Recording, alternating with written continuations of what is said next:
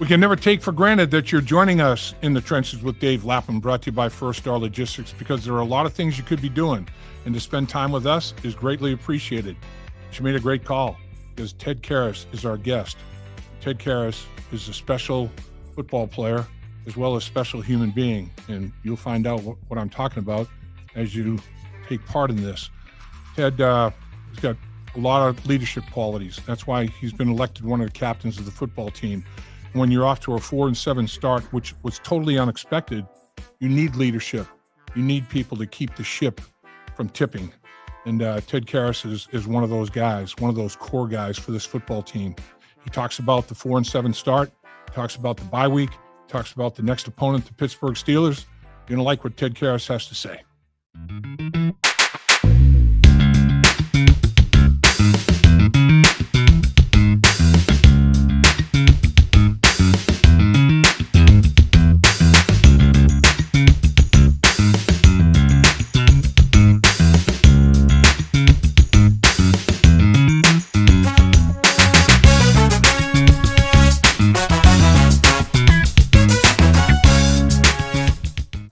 I know there are a lot of things you could be doing with your time, so we appreciate you carving some of it with us, and it's going to be worth it for you.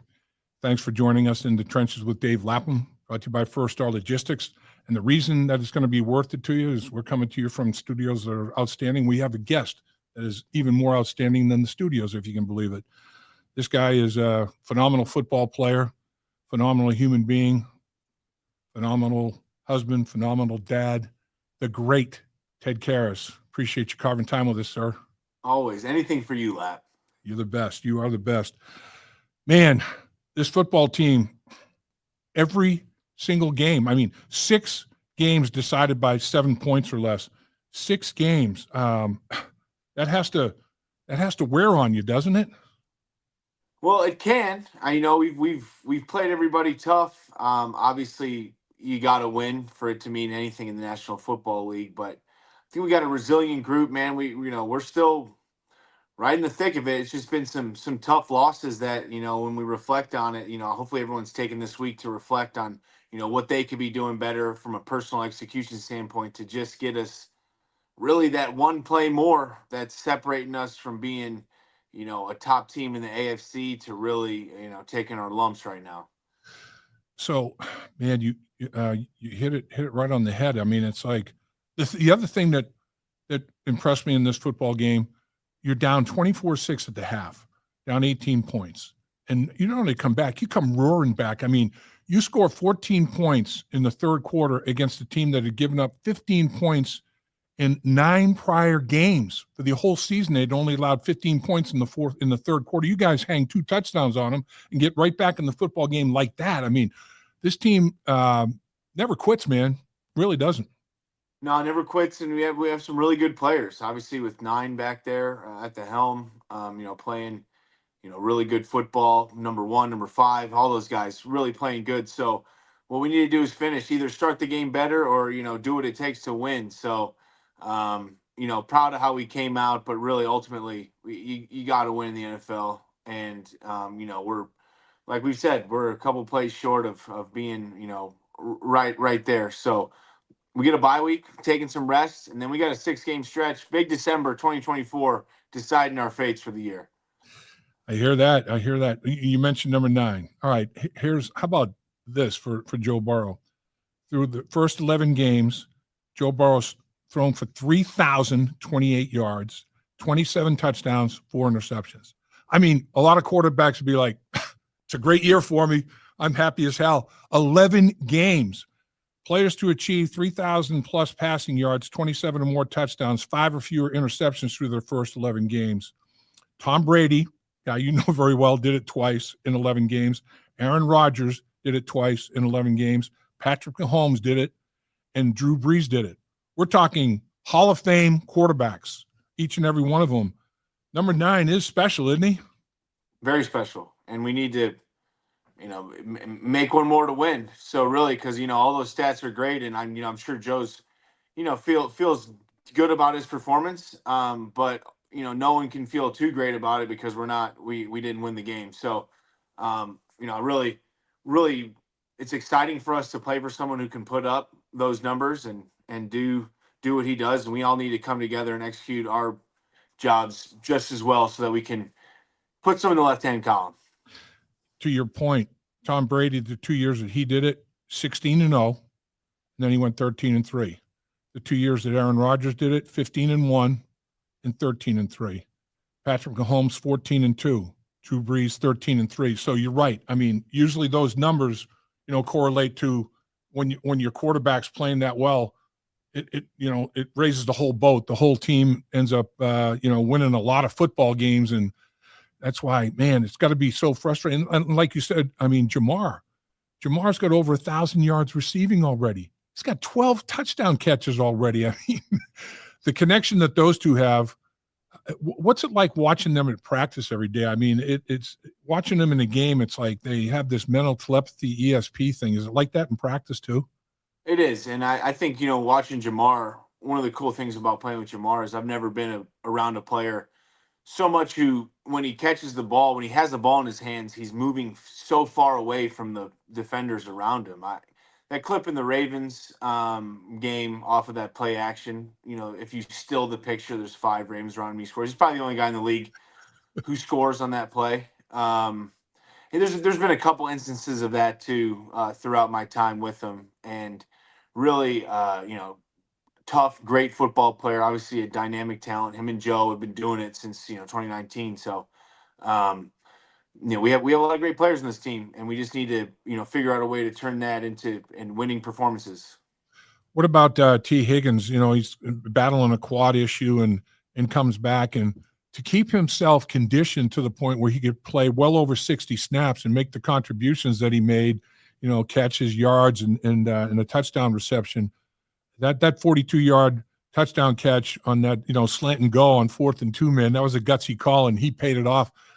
He's a special player as well, isn't he? That 1-2 punch of Chase and Higgins is dynamic. They are. I think we have obviously one of the most dynamic passing attacks in the league.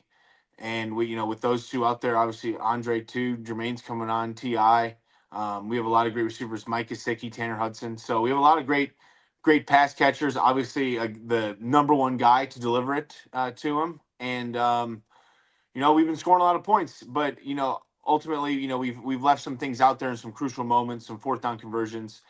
Just reflecting back on now that you get a little break in a bye week, just reflecting, doing a little self scout.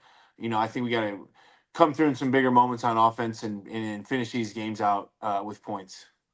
Chase Brown is a guy that's provided like another weapon for you in terms of running the football and catching it. In the last 2 games, 59 touches, 293 scrimmage yards. He had 143 scrimmage yards 2 weeks ago, and then this past game, he had 150 scrimmage yards. So, I mean, Chase Brown is showing himself to be a weapon as well, isn't he?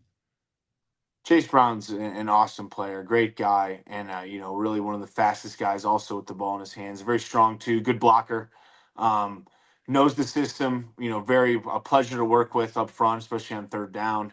So he's a guy that's a big reason of why our offense has been so successful. So we got to keep putting him in positions to succeed and executing up front for him so that he can do what he does, which is hit the hole as fast as he can. And he's a home run hitter when we give him the chance. I thought in the second half of this past football game, I thought the running game was a big factor, man. I really did. And it's like your passing attack is so extraordinary. I mean, human nature is to lean toward that, but when you're throwing the ball 50 times, 60 times in a game, that's a tough proposition for the boys up front, isn't it? Well, it's a very unique offense. But the reason being that we have the best passer of the football. So, I mean, and Right. also like we just went down, the list of pass catchers that we have are very dynamic too. So, I Sure. mean, I don't think, yes, it is, because it's unique and just the kind of the true drop back, passing offense that we are. And, one thing, also going into the self scout is, okay, so if we're only going to get, 15 times to run the ball, we need to make those count and execute a little bit better up front. I think everyone's kind of feeling that. We've talked about that. I've talked about that with the guys. And obviously, Frank has said that too. But when we get our chances, especially with Chase and the talent we have back there, we got to make it go. And we did, and we were I thought we had a good flow in the second half. Obviously scored 21 points against the league's top defense. But I think just as an O line, reflecting on ourselves, we need to when our numbers are called in the run game, because we are a passing offense, we need to make them go. Like you said, 21 points and a half, 27 points in the game against a team that was allowing only 13.1 points a game. And in the first and third quarter, they'd only allowed 31 total points in 9 football games. I mean, you guys can score on anybody. There's no question about it. With respect to the offensive line, Orlando Brown, I thought, man, this year, I thought he was honestly having the best year he's probably had, in my opinion. I know as a Bengal, and probably with Kansas City, I talked to him about it, and he felt like he was right up there with some of his better seasons. Then he gets an injury, and haven't been able to have him for the last 3 games. But Cody Ford, man, he's this guy. He was ready, and he stepped in there, and he's held his own and more. I thought he's been extremely solid at that left tackle position. What's your assessment? In every position that we asked him to play, he's played right tackle, he's played guard, he's been in and out of different positions in big key moments, and come through for this team. And I think he's done a great job. He's been a great addition for the last 2 years to our O-line room, and a very versatile player who, we've asked him to play like 4 different positions, and he's done a great job at all of them. So, we're really lucky to have Cody as depth in our room. Do you guys, during the bye week, like you just said, you're doing some self-scouting and taking a look at things and what might be adjusted for the stretch run, the final 6 games? Do you do that individual? Do you guys Zoom at all as a group, as an offensive line? Do you guys get together? Is it just like, guys, let's just take a chill pill from this for an entire week and recharge in every way we can recharge, and let's come back ready to roll? How do you guys handle that? I might hop on the phone with Cap or Cordell, but really I respect guys' breaks. I think that this, we've been, nose to the grindstone here for 4 months. Week 11 games in, with sitting in a precarious position. I'm going to respect guys' breaks, and then we're hitting at full speed come December. Well, no, not even December. Last week in November, we get back getting ready for a December 2nd game against the Steelers. So we'll hit it then. I'm not going to overly bother anyone this week, but, for these last couple days, Monday and then today, I'll think about it. Then I'll take a chance to get away myself and, come back ready to go. Mims, the rookie at the right tackle position, to me, it seems like he learns something every week that he puts in the bank and capitalizes on it, and utilizes it. But he's arrowing up. It seems like, watching him every single week. What do you think of him? Yeah, I think Mims has a chance to be a special player, a right tackle pillar of the franchise. And I think people forget, he's played what, he came in week 3, so he's played 8 games. He's played 16 games really in his career. He played had 8 starts in college, and to show what he's done so far, is special. And if you watch Mims, man, I've never really seen anybody affect the position of a defensive lineman more with a strike than Amarius Mims. I mean, he pushes people, and you go watch that Ravens game, man. He must have pushed the DN down on the ground 11 times. It's pretty special. It's pretty special to see. He's a big, strong man, and learning this game, and really going to be, hopefully for this city and for this organization, decade-long pillar wherever they put him at. So I know every year you go into a season. I know what it was like when I was playing. I mean, you have expectations, you have hopes, you have goals, you have all of that, and sometimes it unfolds pretty much as you had thought and projected, and sometimes it's a little bit better and than even you had thought or projected, and sometimes it's not, and you just adjust and proceed accordingly. How difficult is it when obviously this football team, you guys have high expectations, and the start is not meeting those type of expectations? What's it like? What was the locker room like at halftime, Ted, when you're down 24-6 to this football team? How was that with the players, and then players to coaches, coaches to players? What because you guys came out, man, with a purpose and get right back in that football game so quickly. What was it like at halftime? Well, we said at first we gotta score on. I mean, at least from an offensive perspective, we hadn't been in the end zone yet. So I mean, what are we doing? With this first drive, we got to go down and score. Um, Taking it one possession at a time. We made some adjustments just as far as what they've been giving us. What they probably held in the bank and what they showed in the past that we got to be ready for in the second half, and really just some plays that we need to execute and get going. So um, really, it was all about just we got to get in the end zone here early in the third, and luckily we did, and we're able to do it again, so that we were in a chance to strike and win at the end of the game. Ultimately, fell short, but yeah, no, happy how we adjusted. I mean, we were getting it wasn't looking great, and guys, didn't no one. That's what I love about this team. I mean, 24-6 in an NFL game. Sunday night football. People can go in the tank, and no one on our team ever has, or I don't think ever will. And we were out there fighting and really give ourselves a chance to win yet again, and then fell short. So that's been the story of our year so far. So, uh, um, hopefully take a bye week, break whatever that is, and then come back and some of these bounces go our way. Backdoor Bengals our way into the playoffs. So that's our goal. So you got a place kicker who's in a little bit of a lull right now. Obviously, I mean, he's missed 6 field goals, and that's not normal. That's not money Mac. When you have a teammate, particularly like a kicker that's in a struggle, how do you handle that as a teammate? How do you boost him? How do you help him?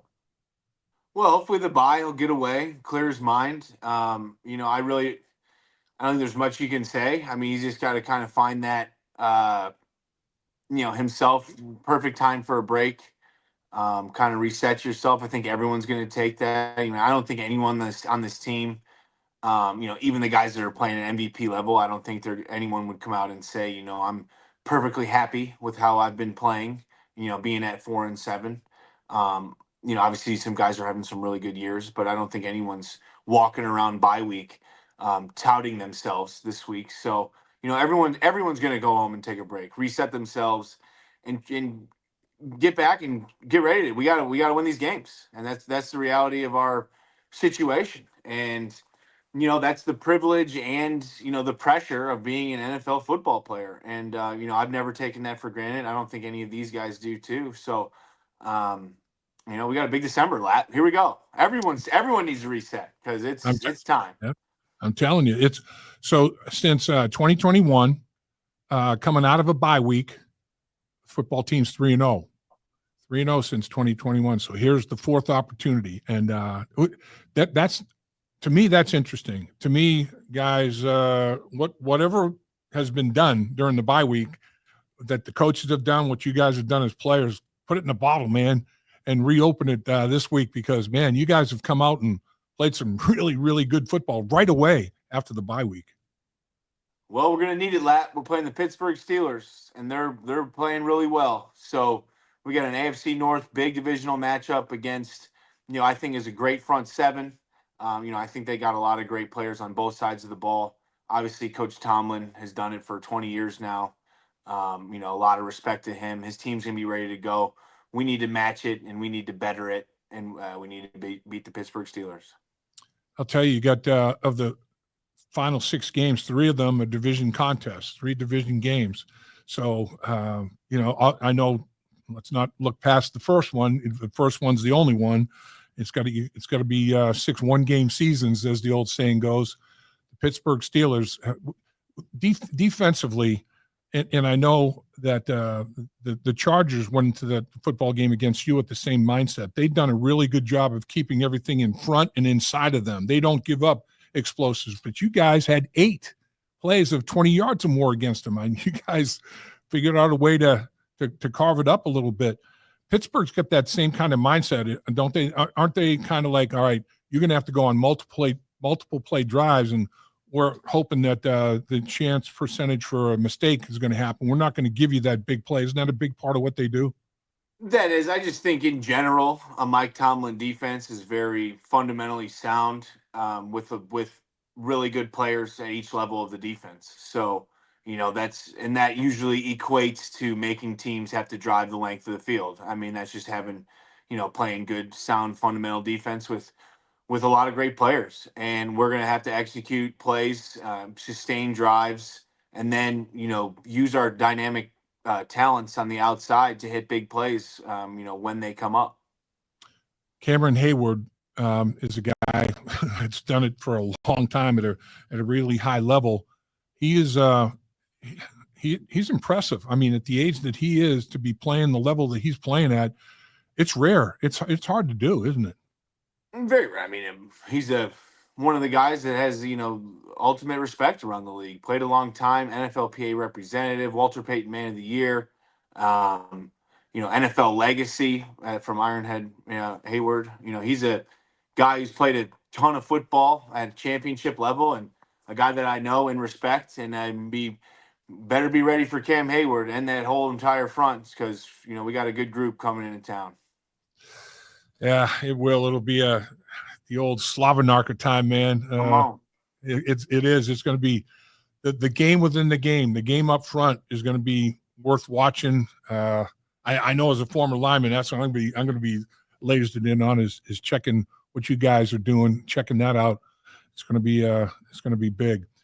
Ted, can't thank you enough. I know that family time is important to you. Like I said, you're an unbelievable husband and father, and you get to spend time with that beautiful family now. So enjoy that, my man, and come back ready to go and get some Steelers. Here we go. We will be, Lap. Thank you so much. I'll see you next week. Appreciate you. You're the best, Ted. Dave Lapham here, and every day I am grateful for my experience to have played professional football. As a player, I realize self-motivation, leadership, and appreciating your teammates are key. At First Star Logistics, you can use those same attributes to create the life you want for you and your family. Build your future by working hard like I did. You'll see results both on and off the field. Call First Star Logistics today and be part of our winning team. Opportunity knocking.